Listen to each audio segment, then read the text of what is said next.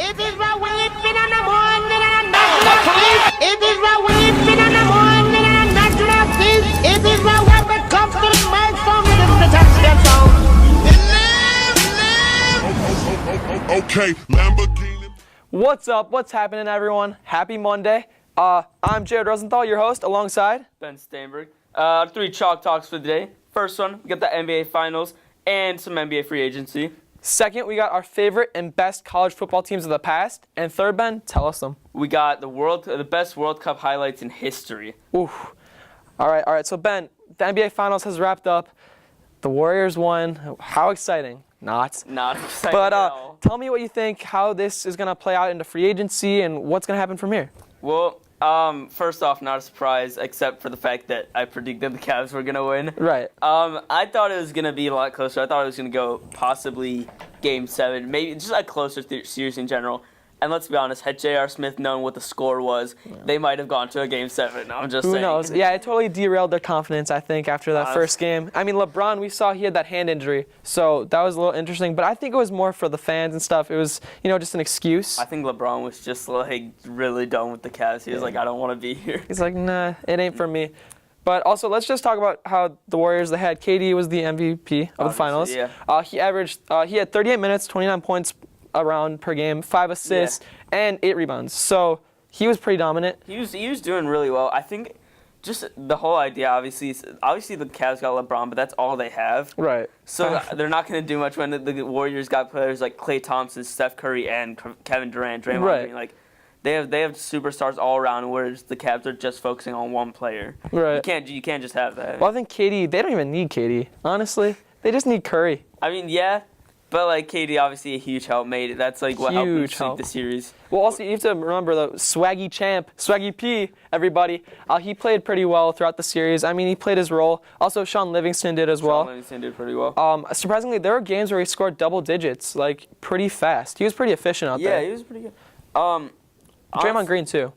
Draymond Green. I think just main focus, Cavs not going to be able to do much. I think LeBron, maybe the right move to leave at this point. Yeah. He brought them, 4 championships in a row, and they only won one of them. Right. And that was a 3-1 down comeback. Right. I mean, they're always the underdogs. They're always the underdogs. It's when they're playing the Warriors, they're always going to be the underdogs. Right. It's a given. But the problem, we have to remember, this whole Cavs mindset, like I said, I mean, you need that LeBron mindset to win games. And I just feel like it wasn't there at all. And I think that was upsetting for people around the league that were just watching this game. Because J.R. Smith, you need to know what's going on. And guys like Kyle Korver and just Larry Nance, you need to show up and you need to be existent. I mean, you got players like J.R. Smith all season. He was actually pretty good. Throughout the regular season, he was doing well. He was showing up. But then when it comes to the playoffs, he kind of simmers down a little bit. He's not doing as much. Then you get to the NBA Finals, he's kind of non-existent. He's not present. He doesn't know what's going on. Right. And that's just shown easily when you're tied up, you miss a free throw, you're 3 feet from the basket. Take the shot instead of running the half court. Right, no. He doesn't know what's going on. There were so many things wrong. And then the officiating, I mean, we can't blame everything on the officiating, but to a degree, I think you can say a little bit, but also it's if you're losing 4-0, you can't blame that on the refs. Right. But let's talk about how the NBA free agency is going to play out. Yeah. First off, what do you think LeBron? Do you think LeBron's going to go? And if so, where do you think he's going to go? I believe LeBron will be going to the Lakers next year. I think him and Paul George are going to link up. They're going to go to the Lakers. And I think maybe if Chris Paul can be wrapped into this somehow, it could be good. I think Chris Paul for me is obviously going to stay at the Rockets. They had a good run. I think they can go for it again next year. Definitely. I think definitely they can go another Western Conference final. Maybe. Yeah. I mean, if we have LeBron who comes to the Lakers. Ooh. If LeBron goes to the Lakers, it's going to make it just a whole lot. It's just going to make the Western Conference a lot harder to get through, especially with the Warriors going to be playing the Cavs before the finals. It's going to make it a lot different overall. For sure. Also, what about Kawhi Leonard? He was very questionable this whole year. This was kind of a down year for him. I know he's played well in other years, but I think this year was just something that he's got to chalk up and say, hey, whatever, I'll move on. Because we know he plays great defense. For sure. He averages 2 steals a game, 6 rebounds, and he averages 16 points. So his stats aren't LeBron stats. He's not a LeBron, obviously, but he's definitely a top player. He's definitely up there. A little quiet, I mean, but yeah. I mean, everybody's gonna have like a bad season. Like, it's not. Right. He's not gonna be superstar all of his career. So. True. What about DeMarcus Cousins though? DeMarcus Cousins, doing pretty. Big man. I just think he needs to be around the right guys because as seen in this last season when he got injured and everything, the chemistry wasn't there. And I feel like wherever he goes, there hasn't really been great chemistry. Yeah. So I think he needs to find one or two other guys that he can gel with. For sure. Yeah. I definitely know what you mean with that. That's what I think. Yeah. But I think the main comparison we have today for the day, our comparison of the day, is school dances, our school dances. So basically, in NBA free agency, when a superstar or a popular kid asks out the girl to the dance, right? This girl, and all social media, everybody knows, hey, this guy just asked out the girl. Oh my God, we gotta ask. We're gonna go nuts. So everyone going nuts is like the GMs, okay? So when we have LeBron, a guy like LeBron who decides to go somewhere, there's a ripple effect across the whole league.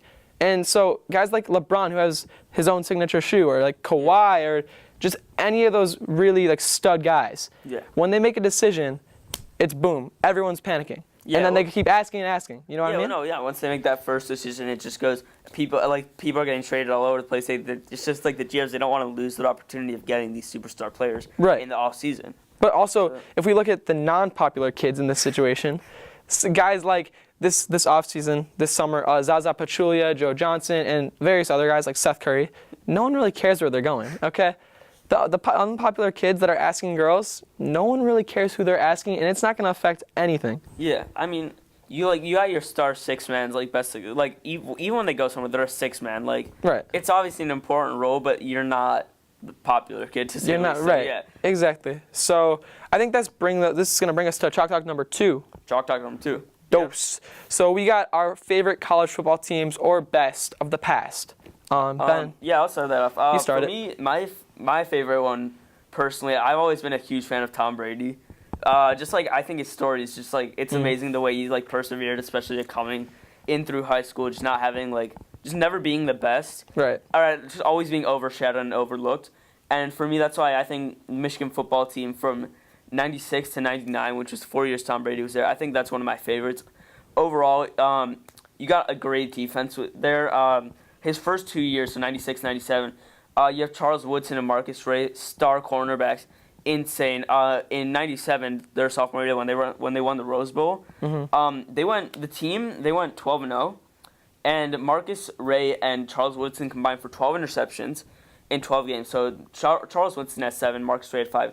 The defense was spectacular. 22 interceptions combined in one season. 176 yards off of those interceptions. That's pretty exceptional for a college defense. But just kind of overlooked Tom Brady. He only played.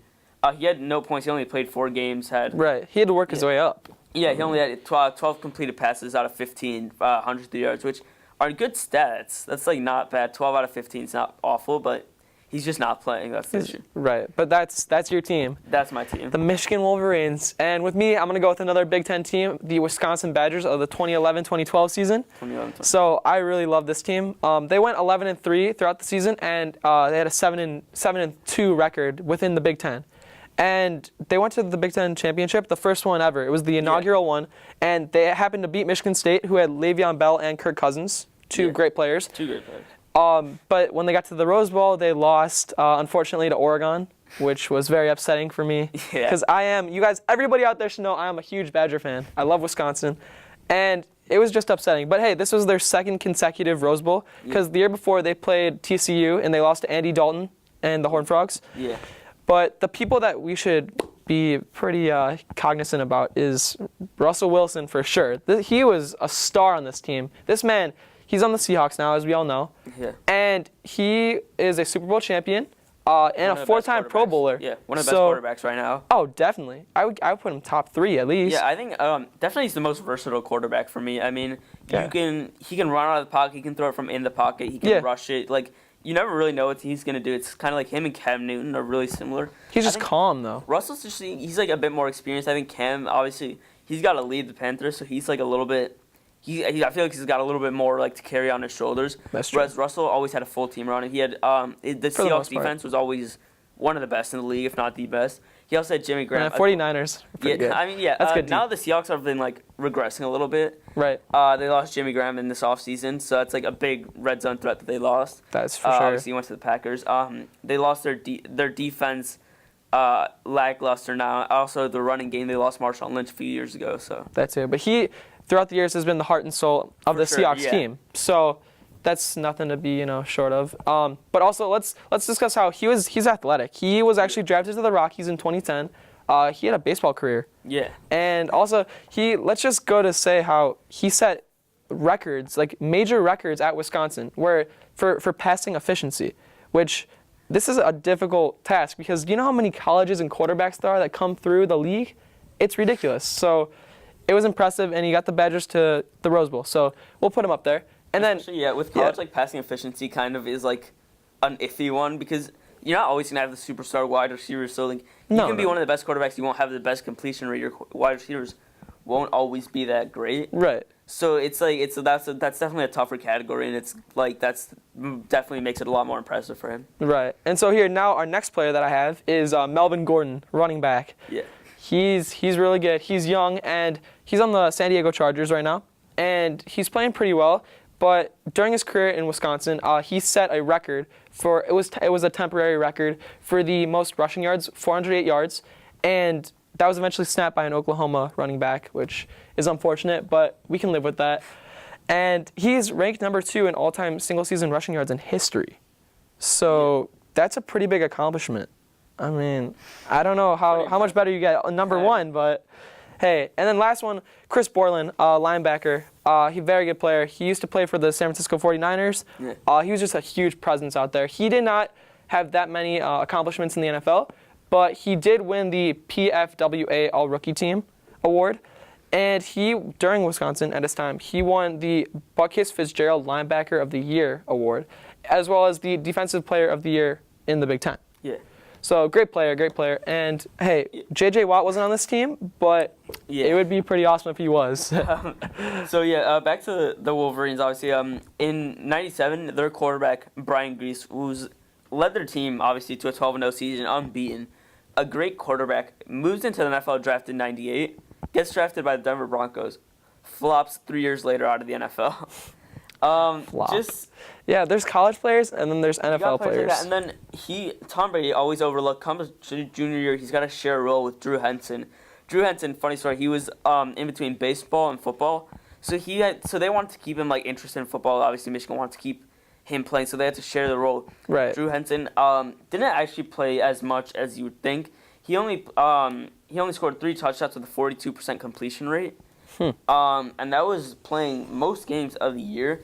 And Tom Brady, 98, 2,427 yards with 14 touchdowns, 61% completion rate. That's very impressive compared to his counterpart, Drew Henson, especially for the fact that he was overlooked throughout all his high school career. Right. So there's like competition, I feel like. These quarterbacks just competing with each other almost. Also, definitely there was a lot of competition for him. He started off his freshman year being the 3rd string quarterback. Despite that, he still is completing over 60. Every single year, he completed over 60% of his passes, which, despite the fact not having that many, obviously freshman year, only 5 attempts because he only got those 5 opportunities. Right. That's still pretty impressive for me. That is impressive. But hey, I wanna explain my rationale with the Badgers. So we know there's the Auburns, the Clemsons, the USCs, all these great programs. But this Wisconsin team was built from the bottom, and they got good over the years. And this is how all their sports programs work. They get these guys that are decent, and then they work their way up, and they're good. Yeah. So it was impressive. But hey, let's talk Chalk Talk number 3. Chalk Talk number 3. Yeah. Boom. World Cup highlights. Obviously, World Cup coming up soon. Woo! Let's go Nigeria. Really exciting. Personally, being from Argentina, that's one of the best times of the year. Obviously, we got Lionel Messi, best player in the world, in my opinion. A lot of people's opinion. Yeah. Or Ronaldo. Ronaldo? The two. Yeah, I just don't like him. No, he's a great player, great athlete. Not my favorite. Yeah. So first off, I'm gonna start off. Any predictions for the World Cup? Anybody you think is gonna win? Obviously, well. Win. I would love Nigeria to win. But hey, Argentina's a good one. Argentina's obviously really good. management is a little iffy, but when you got a player like Messi and you got some new players coming in who really have the passion, I think it's a possibility. Right. For me, honestly, Spain's got probably the most well-built team. Their midfield is so strong when they got players like Iniesta, Thiago, and then obviously in goal they got De Gea, one of the best goalies in the world. Definitely was overhyped this season because Neuer was injured, who's the best goalie in the world for me. He was injured like all season, wrist injury. Coming back for the World Cup though, Germany, despite being one of the best in the world, a little bit of an underdog, getting overlooked by teams like France and Spain. Right. But Ben, who do you think has the biggest fan base in this World Cup this year? Biggest fan base? Yeah. So obviously you got England's always got a huge, loud fan base. It's just England's always so strong, but they flop in the tournaments. Right. Yeah, I don't know. That seems to be the case with lots of teams in many sports. Yeah. South American teams also got very big fan bases, obviously Brazil and Argentina. Right. Chile not being in the World Cup, fortunately for me. Wow. But yeah, let's start off with our first World Cup. Let's see our highlights. The first one we got Liddy, roll 'em. 25-yard free kick goal with the Jabulani, 2010 World Cup. Ooh. Dang, okay. Bangs it in. Okay. I see. A little Look at celebration. That. Let's see that. Yeah, let's see. Run it through. Keeps going. Ooh. A little celebration. Obviously, the Uruguay team very passionate. Dang. Funny story about the Jabulani actually. So, basically, the ball was made really light. So what would happen is it was way too hard for the goalies to stop, and the players would always end up skying it over, shooting away. It was really hard to control. Obviously, not an issue for him, as you're about to see. He bends it in. It's like he gets the curve around it. Right. Obviously, tough angle from the left side, left top corner of the box. That's just footwork Just right great there. Just, goal. He's got the technique. Yeah, we'll watch that again. Man, how? Oh my gosh. Just right over the keeper. Doesn't even know what to do. But the ball's on steroids, basically. Yeah. Okay, if it's light. I mean, yeah, it is. The goalies were always complaining about it nonstop. Right. Well, no, that's how the home run derby. There's some speculation as to maybe the balls are juiced a little bit. Yeah. Because I mean, come on, these guys are hitting like back to back home runs. So for sure, yeah. Who knows? Let's take a look at our next highlight then. Yeah. So the next goal we have to play is Maradona's Hand of God goal. So what's happening here is World Cup quarterfinal against England. He's going. The ball is a good play. Hits off the England defender, Ooh, and he just headed. It looks like he headed it in. Wow. But on the other hand, when you really look at it, he looks just like punches it in with his hand. You can see the defenders complaining about it. The ref didn't see it. It was unfortunate, serious? but for me, It's confusing play. Argentina Jeez. gets into the World Cup semifinal because of that. Wow. Great goal for me. But obviously Maradona, although being one of the best in history, one of the biggest cheaters as well. Maradona. Was Why is that? Doped up in the World Cups. World Cup 1990, he was caught for being doped up. Oof. So Cheaters never win. But Cheaters never win. Still considered one of the best players of history. Okay. Let's look at our next highlight. Dennis Bergkamp against Argentina. It's been a lot of Argentina so far, but the last one, Dennis Bergkamp, great goal. So Frank de Boer, great pass. You're about to see full field. Launches it across the field. Dennis Bergkamp, one touch, cuts it in, and just slots it into the bottom left corner. It's a good goal. Wow. Bergkamp, That is mad skill right He's there. one of the most powerful strikers in history. He's definitely a really good powerhouse and finisher. Dang. One of my favorites personally, played in the EPL for a long time. He cuts in, just bangs it in. Great goal. Dang. So Ben, Brazil has the most World Cups, correct? Correct. They do 5. 5 World Cups. Can anyone catch up to them in the next few years? We got Italy and Germany both have 4, ever since Germany won the last one.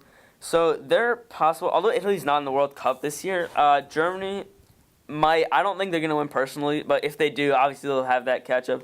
Right. Brazil has a great chance of winning the World Cup, so they're talented. Yeah, we'll see. Brazil's got one of the best teams. Obviously, Gabriel Jesus, Neymar, obviously, Ederson in goal, Thiago Silva. That was a great team. And these guys get paid a ton. Oh, yeah. So, dude, oh my Neymar, God. one of the highest paid players in the world. Transfer fee of 225 million euros. Holy cow. Just to go to PSG. It's insane. That's ridiculous. Let's look at our next goal. It's not a great goal. A lot of people won't like seeing this one. It's Arjen Robben's hashtag no era penal, which means it wasn't a penalty. Basically, the story is Arjen Robben cuts it in. As you're about to see right there, a little bit of contact. but he admitted that he flopped. He just fell to the floor, got the penalty. It's a little bit of contact, but he just fell, got the penalty. And it's the 91st minute, so it's already going into injury time. There are only a few minutes left, and he gets the penalty. Wow. And they're tied 1-1. This is the World Cup quarterfinal against Mexico. Arjen Robben gets the penalty. Klaas-Jan Huntelaar, goal. Not a great goal. One of the most historical, though. Knocks it in. Mexicans never I love that got over camera view one. where it's like behind the goal and sides too. Yeah, and it is a decent penalty, nothing too special, but it's the story behind it for me. It's the story. Our last World Cup highlight, though, we James Rodriguez round of 16 against Uruguay. Oh, in the round of 16. James Rodriguez, he's gotten some really nice goals over the past few years. Definitely has gotten some nice volleys, half volleys, just curve. He's got really good technique. Really good. He's got a little bit of flair to him. So you're about to see balls past him. It's just settled down, volleys it in off the crossbar. Okay. He's a great player. Wow. Insane.